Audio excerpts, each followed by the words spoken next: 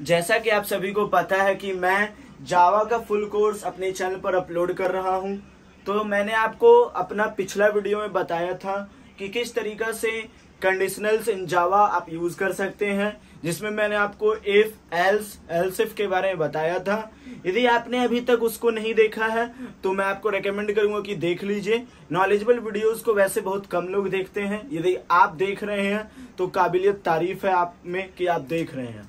तो जब मैंने आपको बताया था इफ, एल्स और एल्स इफ के बारे में, तो काफी आपको अजीब लगा होगा कि बार बार कंडीशन क्रिएट करूं, इफ फिर एल्स, फिर कहां मैं इफ एल्स यूज करूं, कहां एल्स इफ यूज करूं, आपको कंफ्यूजन होगा।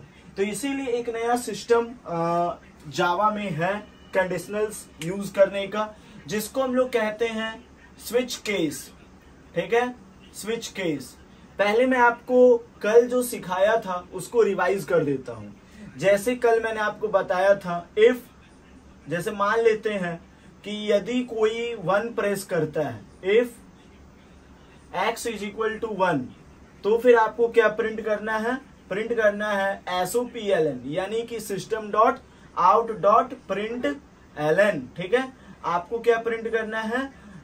मान लेते हैं आपको प्रिंट करना है बर्फी। ठीक है, यदि कोई क्लिक करे, क्या क्लिक करे?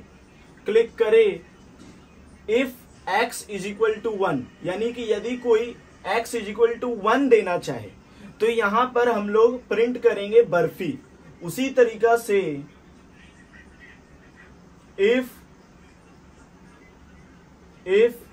x इज इक्वल टू 2, और यदि कोई 2 प्रेस करे तो फिर हम लोगों को क्या देना होगा? इसी तरीका से कोई 2 प्रेस करे तो SOPLN, यहां हम लोगों को दूसरा कंडीशन क्रिएट करने के लिए एल्स इफ यूज करना होता है।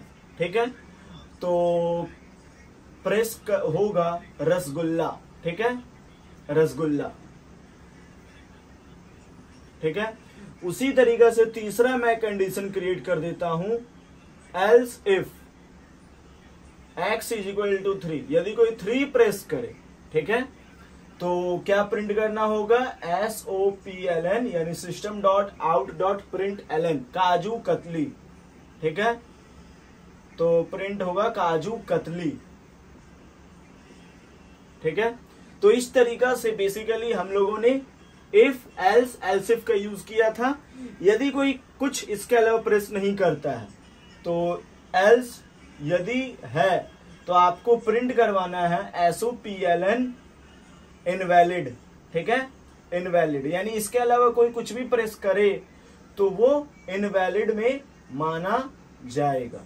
तो हम लोगों ने basically if, else, else if में मोटा मोटी इतना ही सीखा था।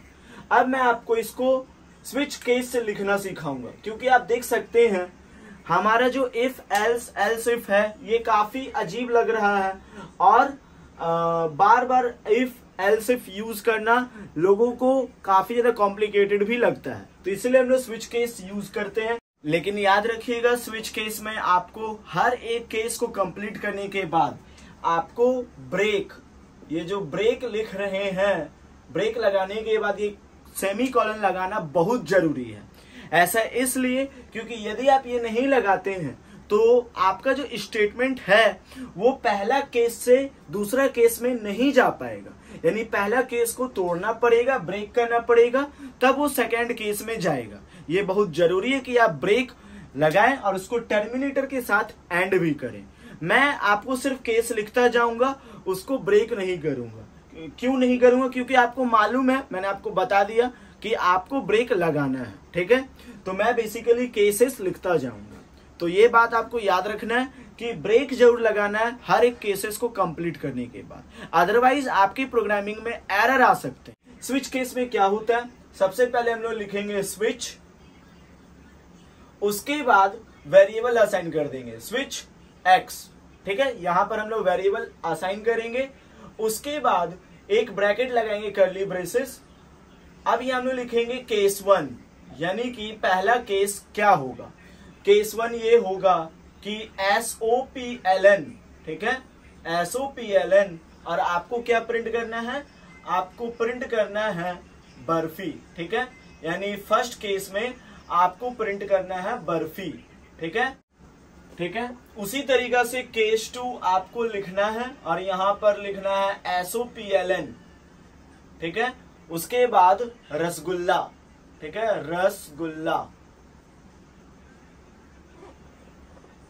रसगुल्ला, ठीक है। उसी तरीका से केस 3 आपको प्रिंट करना है, केस 3 SOPLN, आपको प्रिंट करना है काजू कतली, ठीक है। उसी तरीका से यदि इसमें से कोई भी प्रिंट ना करे तो आपको यहां पर लिखना है डिफॉल्ट, डिफॉल्ट, ठीक है, SOPLN इनवैलिड, ठीक है, इनवैलिड। तो आप देख सकते हैं कितना सिस्टमैटिक लग रहा है और उतना ब्रैकेट का झंझट नहीं, ना ही बार बार आपको एक्स लिखने का जरूरत, ना ही बार बार आपको एल्सिफ लिखने का जरूरत। सिंपल केस 1, केस 2, केस 3 करके ही आप चीजों को बड़े आसानी से असाइन कर सकते हैं। सबसे इंपॉर्टेंट बात तो आपको ब्रैकेट का बिल्कुल भी झंझट नहीं होता है।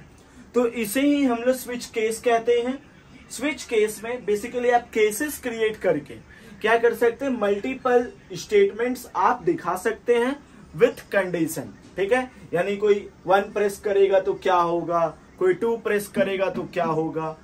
यानी ये स्विच केस काफी ज्यादा अच्छा है और सिंटेक्स इसका आसान है।